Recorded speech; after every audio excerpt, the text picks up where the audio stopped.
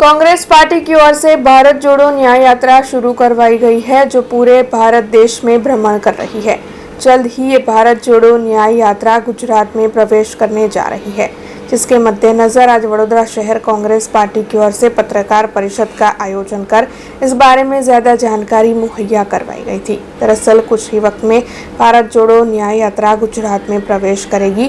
तब आज कांग्रेस के लकड़ी पुल पर मौजूद कार्यालय पर पत्रकार परिषद आयोजित हुई थी। इस पत्रकार परिषद के दौरान वडोदरा शहर कांग्रेस प्रमुख ऋत्विक जोशी, विपक्षी नेता अमीबेन रावत, पूर्व विपक्षी नेता चंद्रकांत श्रीवास्तव, सीनियर नेता भीखाभाई रबारी और अन्य कई अग्रणी मौजूद रहे थे। ભારત જોડો યાત્રા 7 તારીખે ગુજરાતમાં પ્રવેશી રહી છે અને આખા દેશમાંથી મણિપુરથી મુંબઈ સુધીની જે ભારત જોડો ન્યાય યાત્રાનો જે બીજો તબક્કો છે એ આવી રહ્યો છે। ગુજરાતના અમારા કાર્યકર્તાઓને આગેવાનોને ખૂબ ઉત્સાહ છે આ બાબતે અને ભારત જોડો ન્યાય યાત્રા એ કોઈ કોંગ્રેસ પાર્ટીની યાત્રા એક બેનર હેઠળની યાત્રા છે, પણ લોકોના પ્રશ્નો જે સરકાર નથી સાંભળતી એ પ્રશ્નોને ઉજાગર કરવા માટે, લોકોને મળવા માટે, લોકો શું ઈચ્છે છે, લોકોની વાતો સરકાર સુધી પહોંચાડવા માટે, સરકારના કાન ખોલવા માટે અને લોકોને એક સંતોષજનક રીતે એમના પ્રશ્નોનું નિરાકરણ આવે એના માટેની એક આ યાત્રા છે અને